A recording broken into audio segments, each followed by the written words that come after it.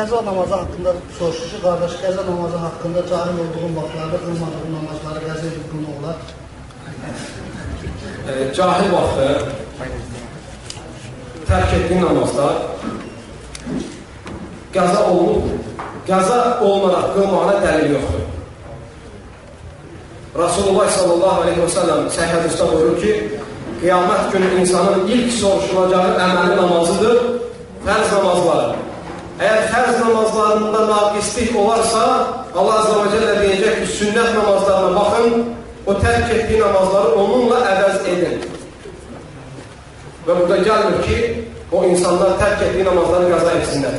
Ümumiyyətlə, qəzanın müddəti haqqında elm əhli danışanda 3 gün və 1 həftə belə deyilər. Yəni, bir adam 3 gün namazı tərk etmiş olarsa, 1 həftə namazı tərk etmiş olarsa, müəyyən səbəblərə görə o qəza edərlər. Amma aylarla tərk olunursa qəza etmir, tərk etdiyinə görə tövbə edir və salih əməllərini çoxaldır.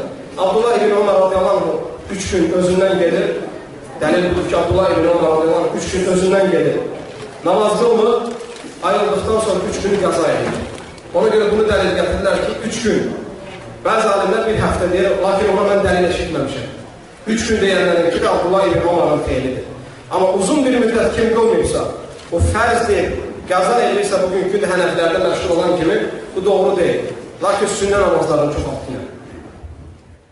İxlasla.com saytı tərəfindən təqdim olundu.